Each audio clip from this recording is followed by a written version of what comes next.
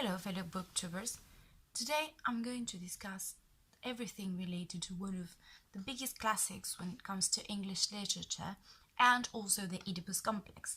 And if you haven't guessed, yes, I'm talking about William Shakespeare's Hamlet.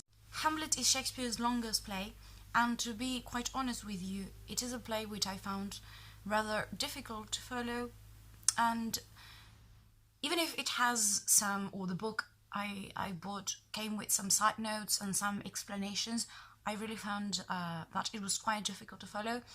The tragedy tells the story of Hamlet, a man whose father has been murdered by his uncle Claudius and who then marries Gertrude, that is his brother's widow. One night, old Hamlet's ghost appears and tells Hamlet that one night, the ghost of old Hamlet appears and tells Hamlet that he has to avenge his death because he was killed by his brother, that is Hamlet's uncle, Claudius. And so in this way, disaster seems inevitable, because if Hamlet doesn't act, then he would be becoming an accomplice to his father's death. But if he acts, then he would be becoming a part of the very same evil that he was commanded to destroy. But Hamlet seems unable to act, which makes the reading of the play kind of tedious. At least it was for me.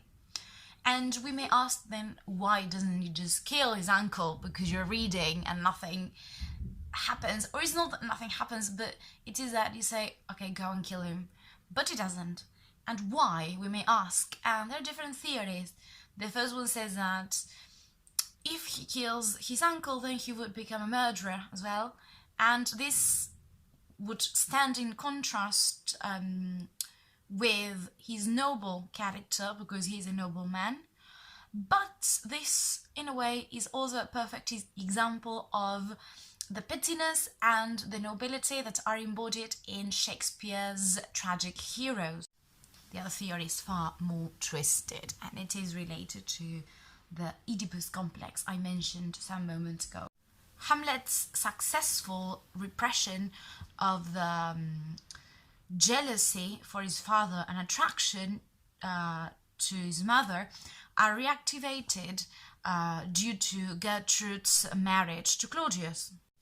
And so he must repress yet again all these parricidal and incestuous impulses that he feels. And so successful repression is threatened by the presence of the ghost, because if he goes ahead and kills Claudius, then this would steer Hamlet's most hideous inner wishes to get his mother, because his mother would become available.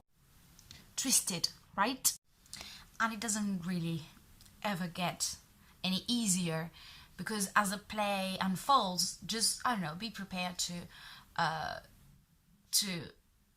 sort of feel like you're reading a Renaissance adaptation of a Mexican soap opera, only with more drama and definitely much more blood. Hopefully, by the end of the play, you would have learned your lesson and may want to reconsider taking matters into your own hands next time. Well, that's all, folks. So, if you want to read Hamlet, now you know, right? And Minerva and I are going to see you in our next video. Bye bye!